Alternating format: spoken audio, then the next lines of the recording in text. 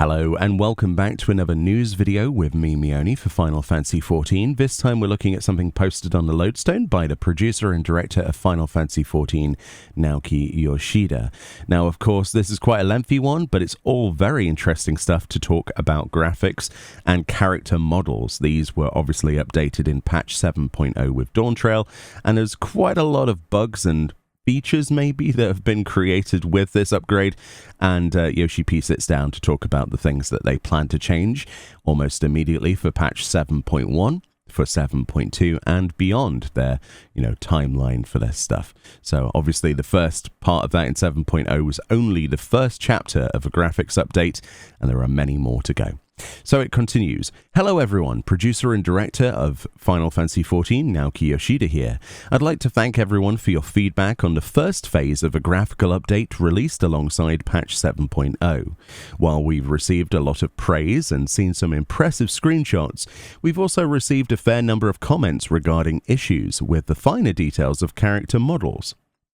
Most of this feedback has come to us from our forums. The development team, operations team, and QA team have carefully reviewed everyone's concerns, including posts made on various social media platforms, and held thorough discussions and tests to determine the best way forward. Although I can't respond to every comment individually, I would like to personally provide an update on player character models, namely, I would like to address certain bugs and feedback, then illustrate our policies on what items are considered spec, which would be by design, and what is not. There is a lot to go over, and the discussion will involve some technical terminology, so I apologize for the length. So first one. Rough timelines and policies for upcoming fixes. Independent of the specific areas addressed, we are able to divide feedback into several categories. I will provide examples of issues for each, as well as an update on the details and a timeline of plans to address them. So point 1. Noticeable changes due to the improvement of polygons and normal mapping. As a result of the graphics update, the increased number of polygons and the improved accuracy of a form of bump mapping called normal mapping have caused character model parts to appear slightly different than they did up until patch 6.58. Below is a non-exhaustive list of the issues reported. These issues occur with specific race and face types and are not universal, so you might not have seen these yourself. First point is the depth of the area from below the nose to the upper lip, which is known as the philtrum, has become more pronounced. This is not something they intended, and they're going to be adjusting that. B. The slight corners of polygons originally present disappear when viewed at a downward camera angle of approximately 45 degrees. Skin blemishes, redness, and pores are more noticeable with certain face types. That's something I did notice. D. Certain face types have thicker or darker colored lips. The corners of the mouth appear to be lifted or lowered with certain face types. And the shape of polygons around the eyes, including the eye bags and inner eye shadows, appear slightly different with certain face types. So those are the issues that they're talking about to do with that mapping. Basically, they want to universally apply, the same quality control across all of the faces. That's what this is all about. Continues, while these are just a few examples, we intend to make adjustments and corrections wherever possible in patch 7.1. Our aim is to modify polygon shapes and normal mapping accuracy in such a way that our changes don't appear drastic when compared to current data. As noted previously, these issues are a result of the improvements made to graphical and computational accuracy, which have resulted in smoother visuals and a clearer representation of what was intended by the original data. However, differences, even if minor, can be seen when compared to 6.58 and prior. And after extensive testing, we will do our best to fix these discrepancies. So all of that we've talked about, the face discrepancies, should be fixed by 7.1. So we'll have to wait and see for that and see what it looks like. Point 2. Feedback on eyelashes and eyebrows. Most feedback received on eyelashes and eyebrows falls into the previous category, but we found that many players are satisfied with the current resolution and shapes. Therefore, we will take caution when proceeding with adjustments. Eyelashes in particular are being affected by several issues. With the improved accuracy of semi-transparent rendering, more light is transmitted, making eyelashes appear thinner. We also layered multiple textures in order to make up for their low resolution, but with the recent resolution increase, this resulted in darker eyelashes. When we decreased the number of textures to accommodate, noticeable differences emerged. It should be noted, however, this issue only affects a select few face types. As with the first category, we intend to address this issue in 7.1. Point number 3, time-intensive adjustments. So this is the bit that's going to take a bit of time. Among the items listed in points 1 and 2, some of the feedback-based adjustments we are considering for specific races and face types have the potential to drastically impact program processing or character facial expressions. This is not to say the adjustments won't be made, only that we'll need extra time to make the necessary corrections. Some example of these include: so, point A for the time-intensive ones. Inconsistent eyelash facing. This also concerns the eyelash issue, but specifically addresses feedback on how the direction eyelashes grow or are oriented has been affected. The graphics update applied to eyelids introduced higher quality polygons and normal mapping, which in turn caused some eyelashes to appear to face or grow in slightly different directions. Correcting this issue will entail a work of considerably meticulous nature, and care must be taken to avoid introducing problems to facial expressions, such as having eyelashes appear to jump out or float during the movements. Taking these difficulties into account, eyelash adjustments may not be completed before the release of patch 7.1.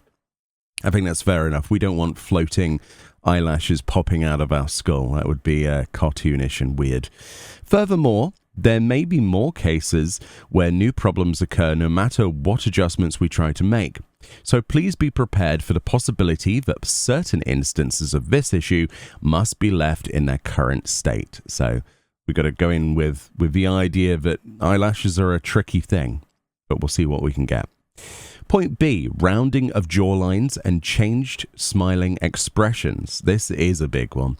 We have received feedback that the jawline for certain face variations is more rounded when compared to 6.58.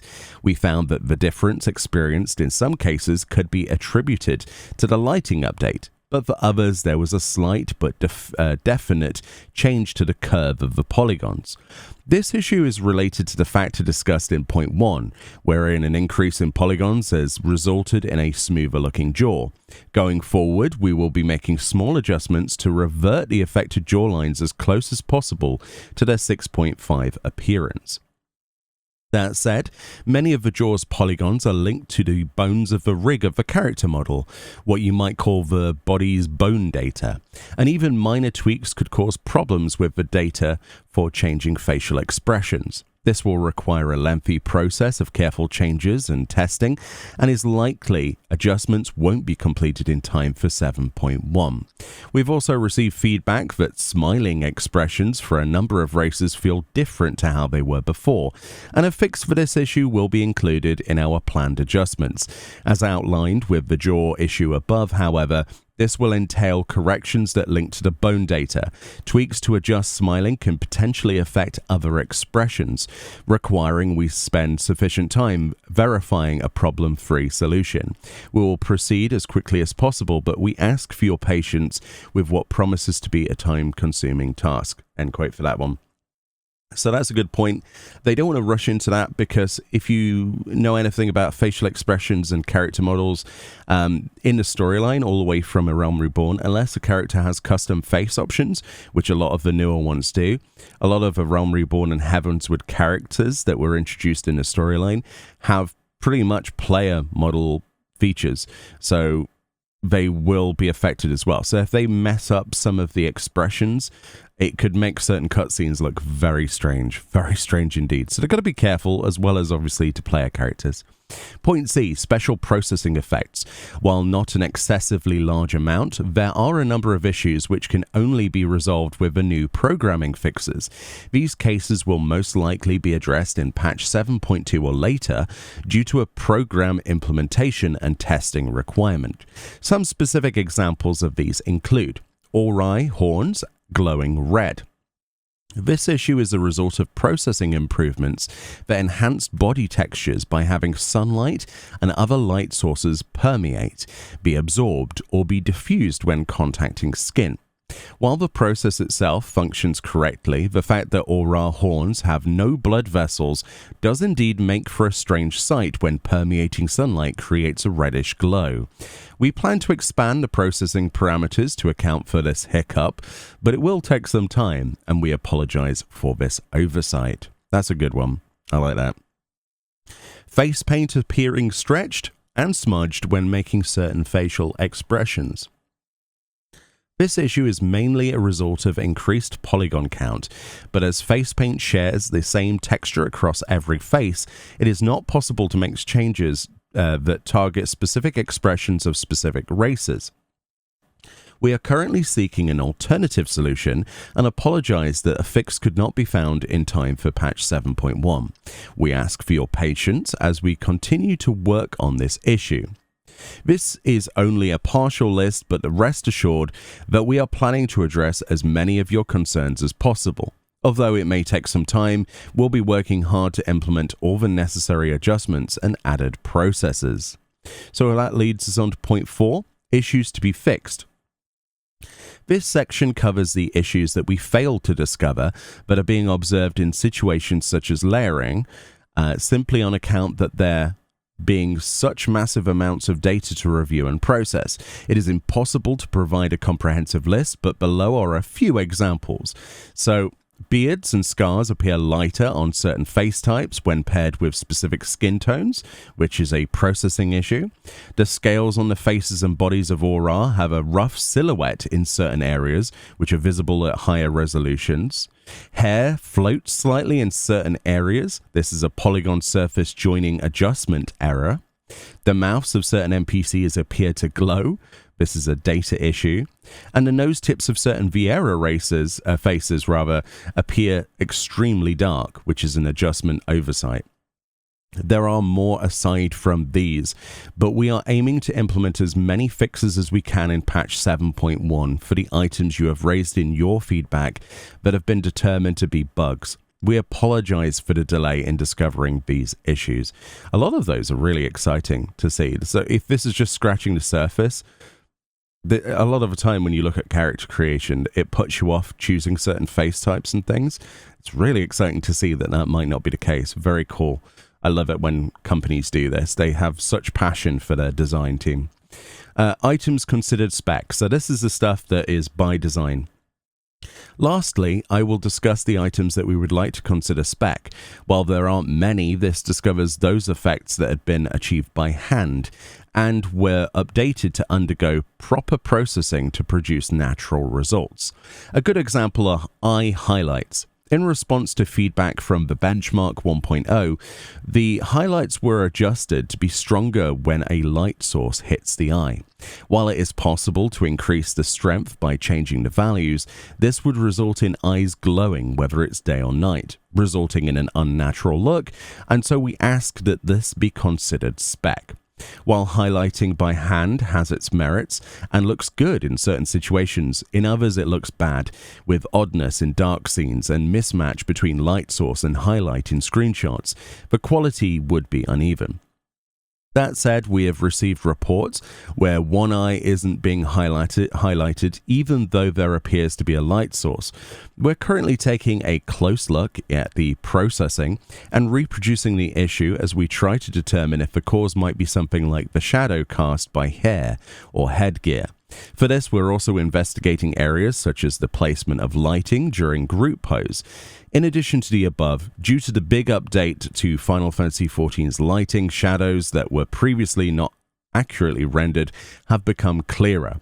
As a result, even if nasal cavities and the like are the exact same shape prior to 6.58 and post 7.0, they may appear different depending on such things as camera angle, weather, and lighting. We also ask that you consider these cases as spec, and thank you for your understanding. We apologize for not being able to respond to all of your feedback individually. We're also aware of and are considering various items that we couldn't cover above, and we will endeavor to answer your passion to the best of our ability. Even regarding items that are spec, although it may be difficult at this time, in the future we'll look into adding more character creation options, among other things. It will be a long-term undertaking, but we will continue in our efforts. That concludes the report. My apologies again for the delay, and thank you for your continued support. Naoki Yoshida, producer and director of Final Fantasy XIV, end quote. So, important points to take from this. It is not the final graphical update. This is a chain of basically a new set of evolution. They are focused very hard on bringing things up to spec, to where they want things to be in terms of quality assurance between faces and races and different types and skin tones. They want to make sure that everybody has equal opportunities for things like beards, so that things look how they should. So when you go to character creator, you create a character that you want to create, and you're not put off by something floating or being out of place. With the eyelash issue, things like that will take slightly longer. But it's exciting to me to see that they are, they are aware of this, and not only are they aware of it, they're dedicating significant development time and resources to looking into this, testing things, trying things out, trying to replicate issues themselves. This is a sign of somebody who cares, and a team that really cares on the work that they put out. And I really like the fact that they're standing behind their hand-drawn, the hand-done things, such as, the eye highlights, and taking a stance and going, no, we don't want things to be glowing all the time because we'll look weird. I like that. I really like that. Having a strong footing and making decisions for the design of your game is very important, and a lot of MMORPGs would do better, and games in general would do better to stick to their own artistic merits and their own artistic design rather than influences from external sources. And that's what I'll say to that. But it's really exciting to see, and I can't wait to see these future character creation updates. We've talked before about how, personally myself, I would love to have access to some of the other face options that we know exist simply because NPCs are using them. So that's the custom faces, quote unquote. Hair colors, like they've introduced Solution 9 in Dawntrail. There's not a single person on the planet that wouldn't like some neon highlights in their hair, I'm fairly sure, or some neon-colored hair. I did a Hatsune Miku glamour recently and an NPC recreation for her. It would be lovely if we had that beautiful neon turquoise blue. There are lots of things. Like facial expressions, emotes, and things that tie into that. There's a lot that I would like to see from this game, and it's got a really good structure and basis for that development.